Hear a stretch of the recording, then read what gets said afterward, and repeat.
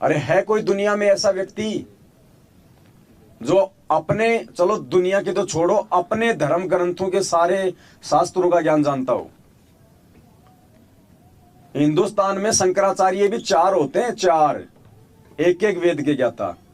चारों वेदों का कोई ज्ञाता ही नहीं है, ना आज तक कोई हुआ। शंकराचार्य भी 4 बनाए गए हैं, क्योंकि एक व्यक्ति को चारों का कंप्लीट ज्ञान नहीं हो सकता।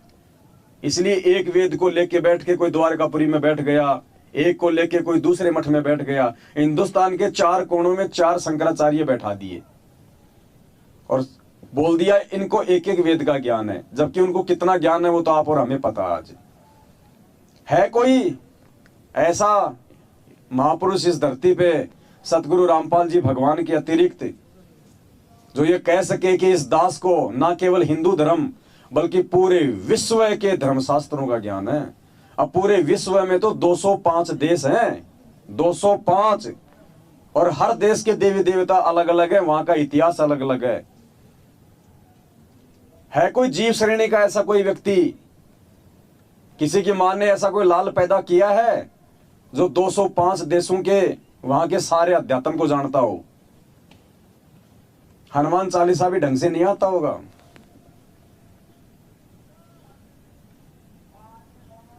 तो कौन है वो महापुरुष? पुण्यात्माओं, ये विश्वास बढ़ाने के लिए भगवान ने 7 संगतियां रखी है। ये क्या कह रहे हैं गुरु जी? एक एक शब्द को ध्यान से सुनिए, तब विश्वास होगा कि गुरु जी कौन है। जो कि गीता का समझना कोई बालकों का खेल नहीं, परमात्मा बुद्धि दे अपने कृपा पात्र पे, तभी ये अनमोल ग्रंथ समझ में आते हैं। और टीचर उसी को कहते जो हमारे सिलेबस को ठीक से जाने। और टीचर का तो सिलेबस का ज्ञान नहीं है, सुना रहा है तो टीचर नहीं है।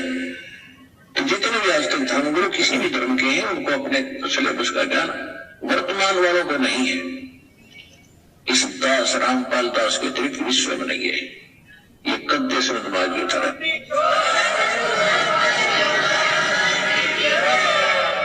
और दास को पूरे विश्व के जितने ग्रंथ सबका जानकारी है, एक की नहीं।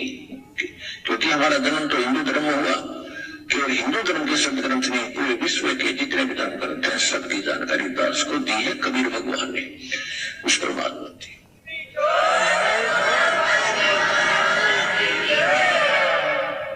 पूरे विश्व के जितने धर्म ग्रंथ हैं उन सब की जानकारी आज सतगुरु रामपाल जी भगवान के पास में है। पुण्यात्माओं, हम एक वाणी सुनते हैं परमात्मा की, गुरु बिन वेद पढ़े जो प्राणी, समझे न सार रहे अज्ञानी। ये वाणी परमात्मा की अमर वाणी है, वाणी झूठी नहीं हो सकती। क्या कह रही है वाणी? गुरु बिन वेद पढ़े जो प्राणी, जो व्यक्ति, जो प्राणी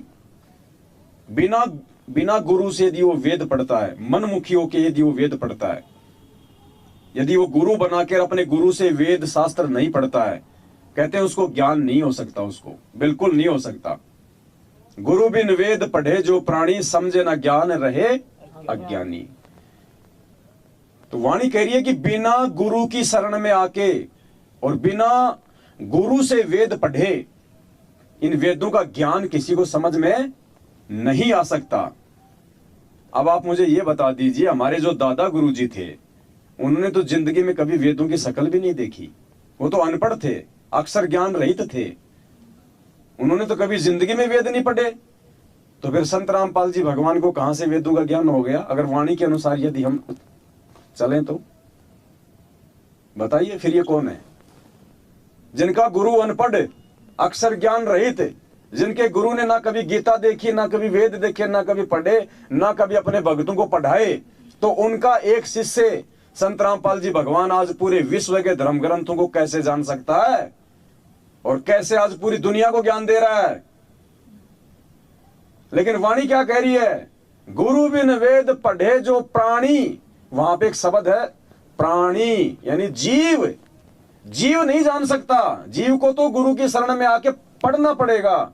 लेकिन भगवान पे तो कोई बाधा नहीं है ना, भगवान के लिए नहीं है ना, इसलिए ये परमात्मा है।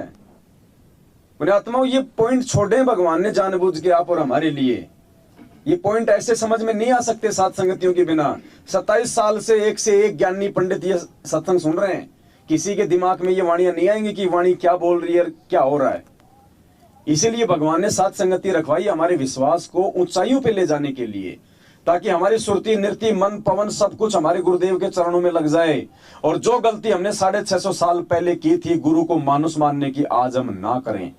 क्योंकि यदि वर्तमान में पिछली पीढ़ी में हमने मोक्ष प्राप्त करना है, इसी शरीर में सतलोक जाना है, तो हमने गुरु जी को कबीर परमात्मा मानना पड़ेगा। क्योंकि ये तो कबीर है ही है, लेकिन ये काल जो हमें नहीं मानने दे रहा है ना, इसकी इन अटपटों को समाप्त करने के लिए, इन शंकाओं को समाप्त करने के लिए भगवान ने इतने गहरे रहस्य इन वाणियों में छोड़े, इन शब्दों में छोड़े।